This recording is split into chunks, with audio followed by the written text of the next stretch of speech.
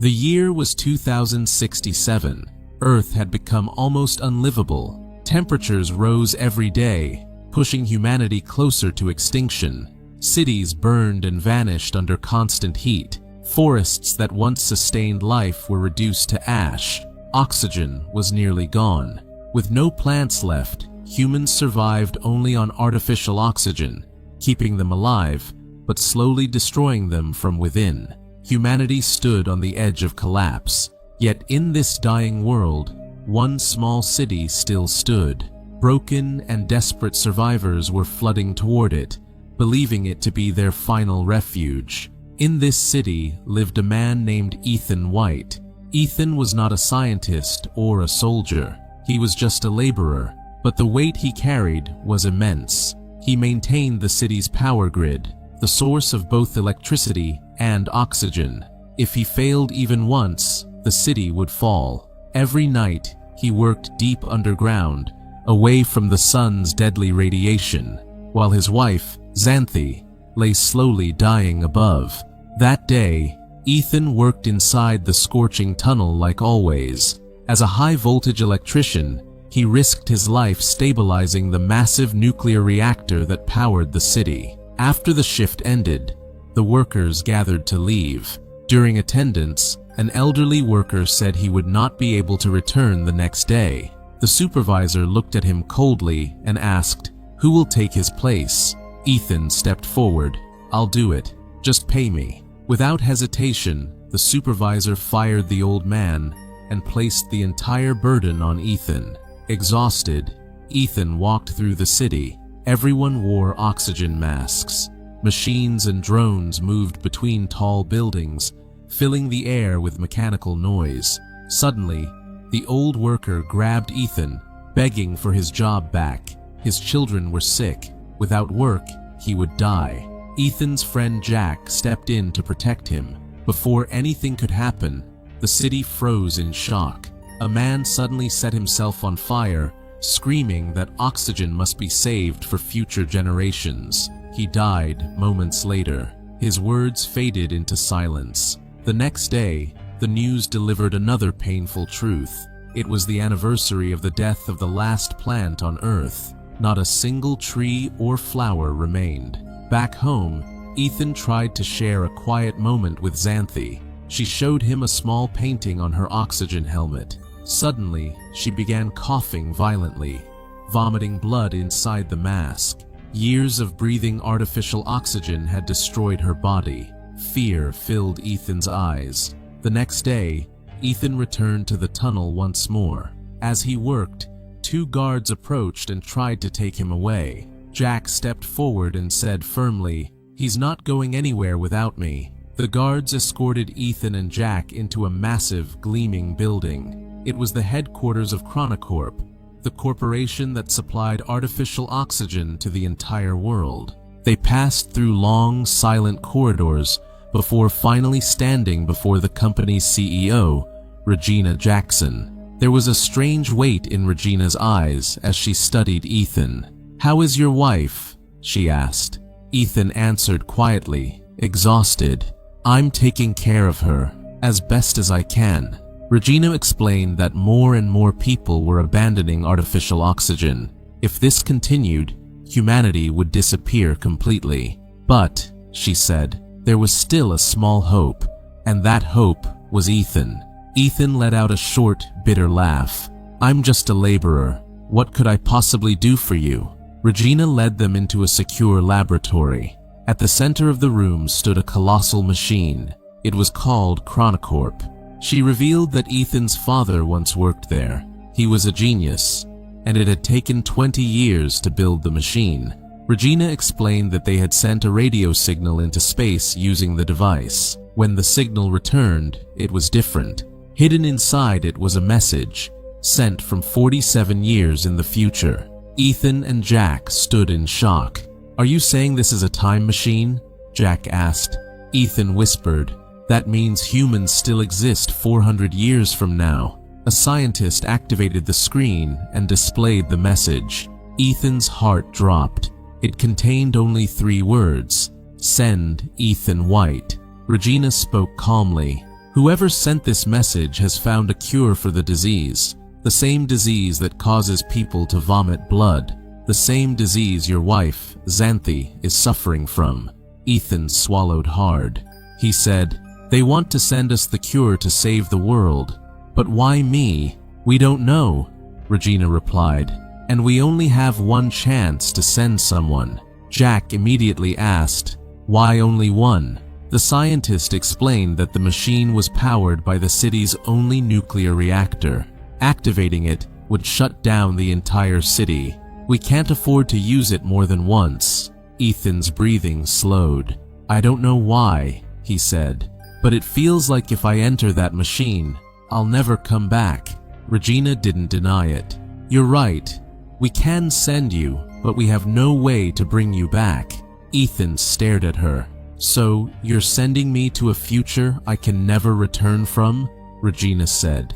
"When you reach the future, you must find the people who sent the message. They'll guide you to the cure.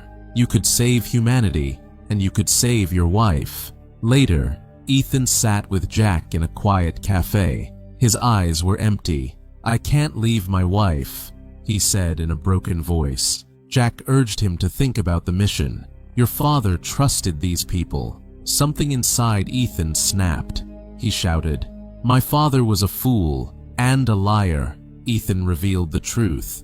His father, Richard, had taken his own life when Ethan was only 8 years old. The loss shattered his mother and filled Ethan with anger. "You want me to follow his path?" Ethan yelled. "You want me to abandon my sick wife like he abandoned us?" Jack stayed silent for a moment. Then he said softly, "I lost my entire family. I lost myself. But you can still save Xanthi." For Ethan, it was no longer about saving the world. It was about saving her. The story shifts to the past. Ethan is 8 years old. It's his birthday. His father, Richard, gives him a strange gift and smiles gently. He says, "This will make you what you were born to be. You were meant for something great." Richard asks Ethan to open a metal box. As Ethan reaches inside, a thick black metal bracelet snaps onto his wrist, locking tightly. Blood runs down his small hand. His screams fill the room. Ethan doesn't understand how a father could do this. Fear and pain fill his eyes. Richard watches, shaking with regret, and says, "This will never come off, Ethan. I'm sorry." Then Richard turns away, walks out the door, and never returns. The story returns to the present. Ethan tells Xanthi everything. His voice is heavy as he says, "I won't leave you for a fabricated story. You are my world." Xanthi looks at him steadily and asks, "Do you really think a second chance is a lie? How can you believe that?" Ethan shakes his head and says, "You're the only thing that matters to me. I can arrange the money. I can save you. I can't leave you." Xanthi talks to him for a long time. She speaks calmly, patiently, trying to break through his fear. Slowly, and against his will, Ethan begins to accept the truth. Maybe this chance is real. Maybe it is his last hope. Later that night, Ethan sits alone on the rooftop of a tall building. The city is silent. He grips the iron bracelet on his wrist and tries to tear it off. He pulls and twists with all his strength, but it doesn't move. The more he struggles, the more helpless he feels. Deep into the night, Ethan wakes up suddenly. He writes a message and places it beside Xanthi. "I will find a way to come back to you." The pain is clear on his face as he leaves, carrying a heavy heart. He goes straight to Chronocorp's headquarters and stands before Regina and says, "If I bring back even one dose of the cure, it will be for Xanthi. I won't go anywhere without it." Regina looks at him for a moment, then nods. A scientist brings forward a specialized time travel suit and explains that it will protect Ethan during the journey. He places a small AI device in Ethan's hand. "This will monitor your health and send us every detail. We'll know you're alive. We'll be watching." Ethan puts on the suit and steps into the center of the machine. Circular columns of energy light up around him. The machine begins to vibrate as the process starts, filling the chamber with light. Before leaving, Ethan turns to Jack and says, "Take care of Xanthi, brother." Suddenly, a surge of energy erupts. The machine shakes violently, and the entire facility goes dark. Ethan feels himself falling, as if pulled into a deep void. Particles of light swirl around him. With a final violent impact, Ethan breaks through the clouds and crashes into the ground. He lands in the middle of a vast forest and loses consciousness. When he wakes up, his time travel suit is on fire. Panicked, he tears it off and crawls away.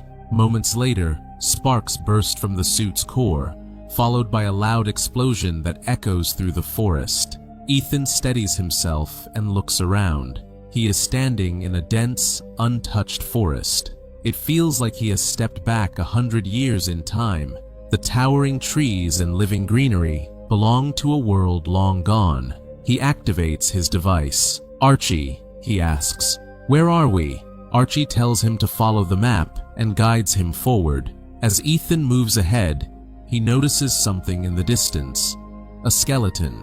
It has been there for years. There is a clear bullet hole in the skull. When Ethan sees the name stitched onto the jacket, his body goes cold. The name reads, Ethan White. Ethan is stunned.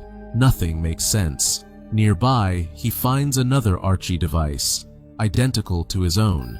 Then he notices the metal bracelet on the skeleton's wrist. It is the same bracelet bound to his arm. There is only one difference. The bracelet on the skeleton glows faintly green. Ethan activates the second Archie and orders it to play the last recorded log.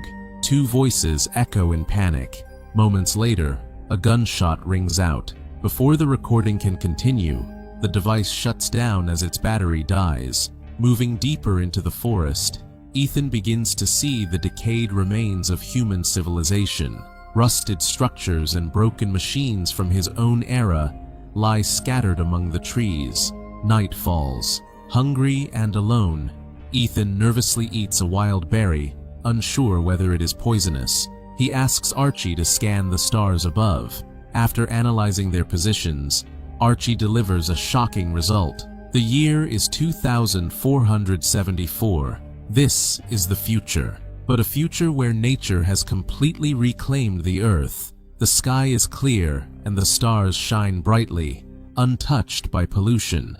Suddenly, the weather turns violent. Lightning splits the sky, and heavy rain crashes down. The berry's toxins begin to take effect. Ethan vomits uncontrollably. His strength drains away, and he collapses into unconsciousness. Time passes. When Ethan opens his eyes, he sees a familiar face. It is Jack. Back in 2067, the scientists at Chronocorp realized Ethan was in critical condition.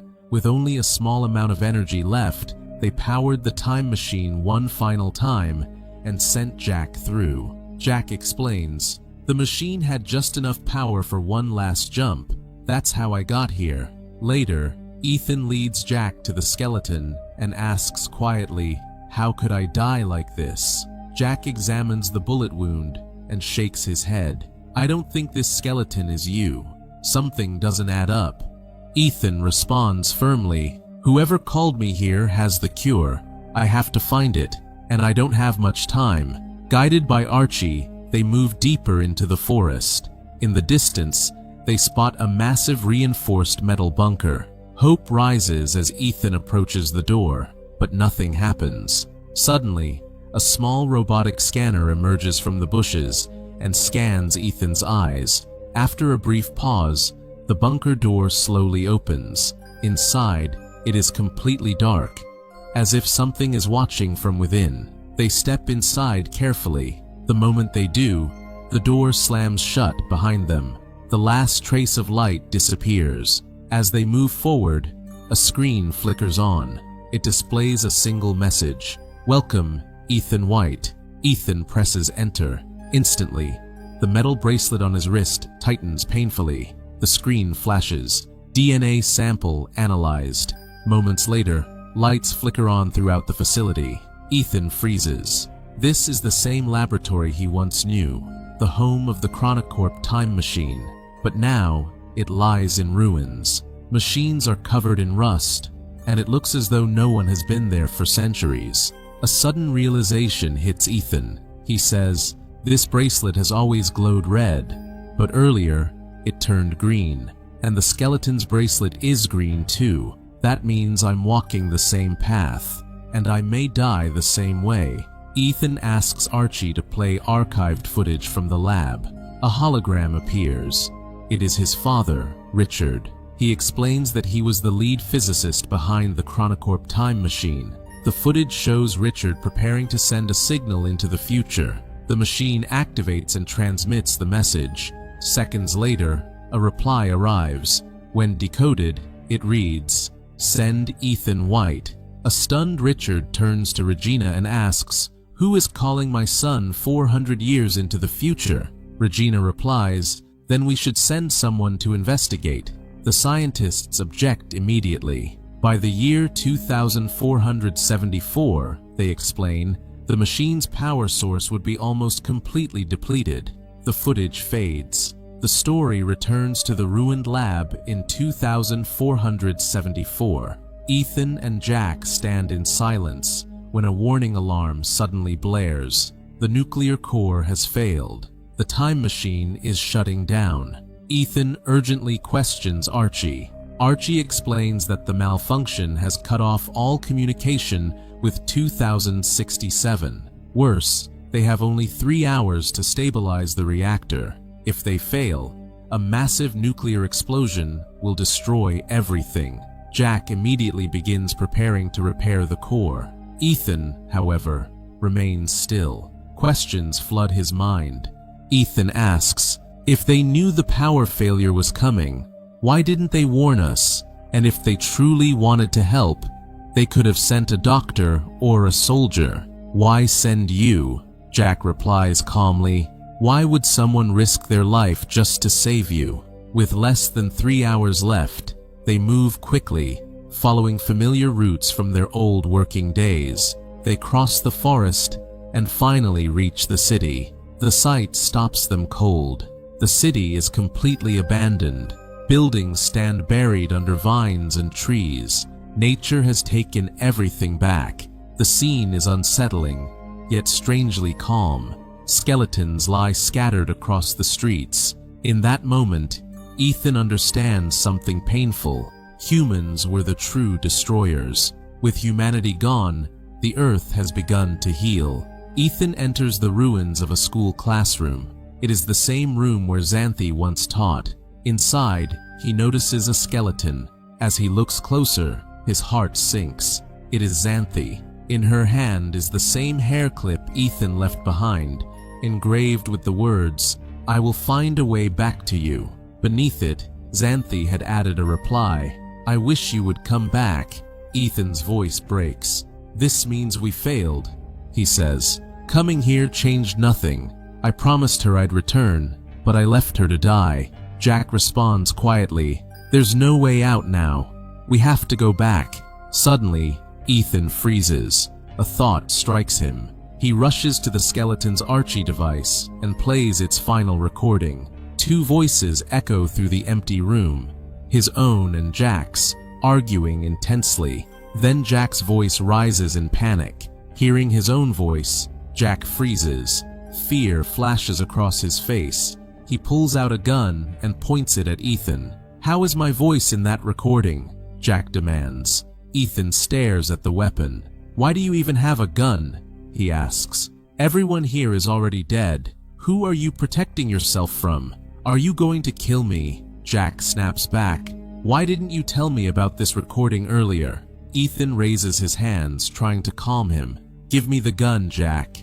You're not thinking clearly." With less than 2 hours left before the explosion, Jack forces himself to focus. He takes Ethan to the nuclear reactor. Inside the power grid room, chaos fills the air.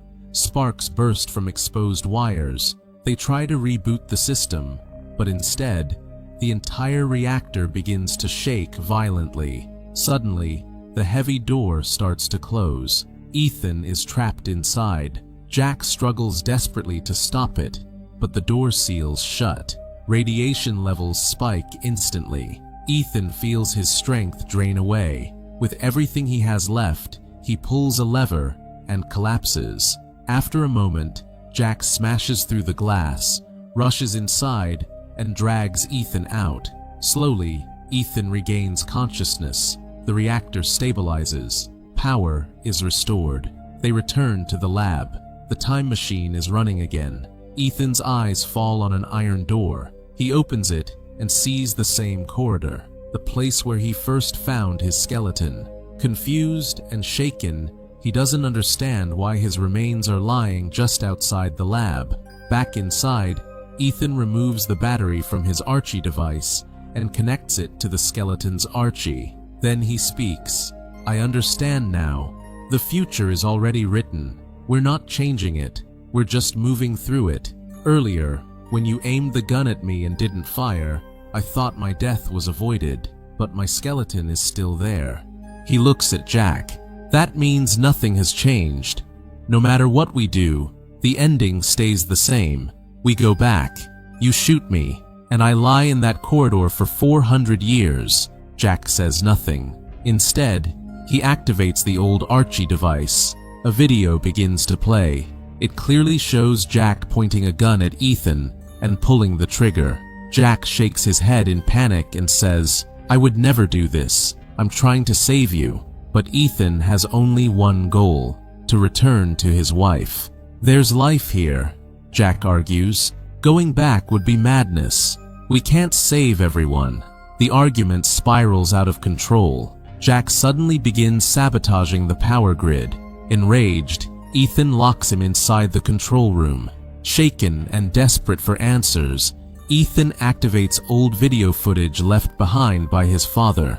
Richard appears on the screen and says, "Son, I built this time machine for you, to give you a better future." Ethan's eyes fill with tears. Another recording plays. Richard frantically calls his wife. "Come to the lab immediately with Ethan," he says. "We don't have time." Richard had uncovered the truth. Regina never planned to save the world. Her real goal was escape. He intended to send his wife and son into the future, away from the coming collapse. But before they could reach the lab, Regina and her guards stormed inside. This is when Ethan learns the most painful truth of all. Jack, the friend he trusted like a brother, was never just a friend. He was Regina's pawn. Groomed from childhood, Jack was placed beside Ethan to protect him, watch him, and betray him when the time came. Flashbacks reveal a heated confrontation between Regina and Richard inside the lab. Regina argues that saving all of humanity would only repeat the same destruction. "Humans are the virus," she says. "Only a chosen few will be sent into the future." Richard refuses to accept this. He believes everyone can be saved.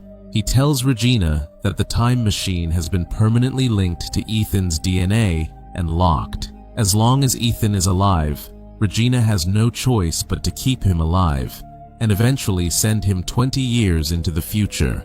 Enraged, Regina turns to a junior scientist and asks, "Can you operate the machine without Richard?" When the scientist answers yes, Regina shoots Richard in the chest without hesitation. The truth shatters Ethan. His father didn't take his own life. He was murdered. And after Ethan was left orphaned, Regina placed Jack beside him, patiently waiting for the moment he could be brought back to the machine. Suddenly, Jack breaks through the door. Ethan looks at him and says bitterly, "You used me like a brother." Jack replies quietly, "I was just a child. Regina used both of us." Jack then reveals that Regina is preparing to travel to the future in 2067 with her chosen elite. "Let them go," he says. "We can't save everyone." But Ethan, consumed by rage, begins tearing apart the connections inside the time machine. Jack pulls out a gun to stop him. His hands shake. He doesn't want to kill Ethan. Then, in a moment of unbearable conflict, Jack turns the gun on himself. The gunshot echoes through the room. Blood splashes across Ethan's face. His only true friend collapses in front of him. Ethan is left in silence. Meanwhile, In 2067, Regina stands before the time machine, surrounded by wealthy families. She declares that history will remember this day, the day humanity refused to surrender and saved itself from extinction. In the year 2474, Ethan sits alone before the time machine, remembering his father's words. "Son, you were born for something great." Ethan shuts down Regina's planned journey and types a new message into the system. "Send Ethan White." The truth becomes clear. The message sent 400 years ago came from Ethan himself. After Jack's death, he understands this is a closed time loop. If he doesn't send the message, Regina will never send him in 2067, and if he never comes, the world will never be saved. So Ethan becomes the cause of his own journey. He sends the message into the past, calling his younger self to the future, ensuring the cycle is complete. Back in 2067, the time machine activates. Energy surges through the chamber. Then something unexpected happens. Lush green plants appear inside the machine, the very plants Ethan sent from the future, fulfilling his father's dream. Along with them arrives the Archie device, carrying clear footage of Regina murdering Richard. In the future, Ethan destroys the time machine completely, ensuring it can never be used again. Some time later, in 2067, Xanthi watches the news. Chronocorp's laboratory has been raided. Long extinct plants have been recovered. Regina has been arrested. Humanity has been given a second chance to heal the Earth. Xanthi understands immediately. Ethan sent the plants from the future. Just then, a woman approaches her and hands her a small box with Xanthi's name on it. Inside is a single flower. Xanthi's eyes fill with tears. Ethan sent it to her. In the year 2474, Ethan builds a headstone for Jack, honoring the brother he lost. He places Xanthi's hair clip there, the most precious thing he owns, and says goodbye. Ethan knows he can never return to her. Then he remembers the skeleton. He rushes to the corridor, but it's gone. The future has changed. Ethan runs to the city. What he sees leaves him speechless. A thriving, advanced civilization stands before him. Humans living in harmony with nature, without destroying it. No skeletons, no ruins, only life. For the first time, Ethan smiles. He has broken the time loop. History has been rewritten. His mission is complete. Though he could never return to Xanthi, he gave her something greater, a living world, a future, and hope. And with that, the story comes to an end. Friends, if you liked this video and got lost in the story while watching, please subscribe to support us so we can keep bringing you more videos like this. Thanks for watching.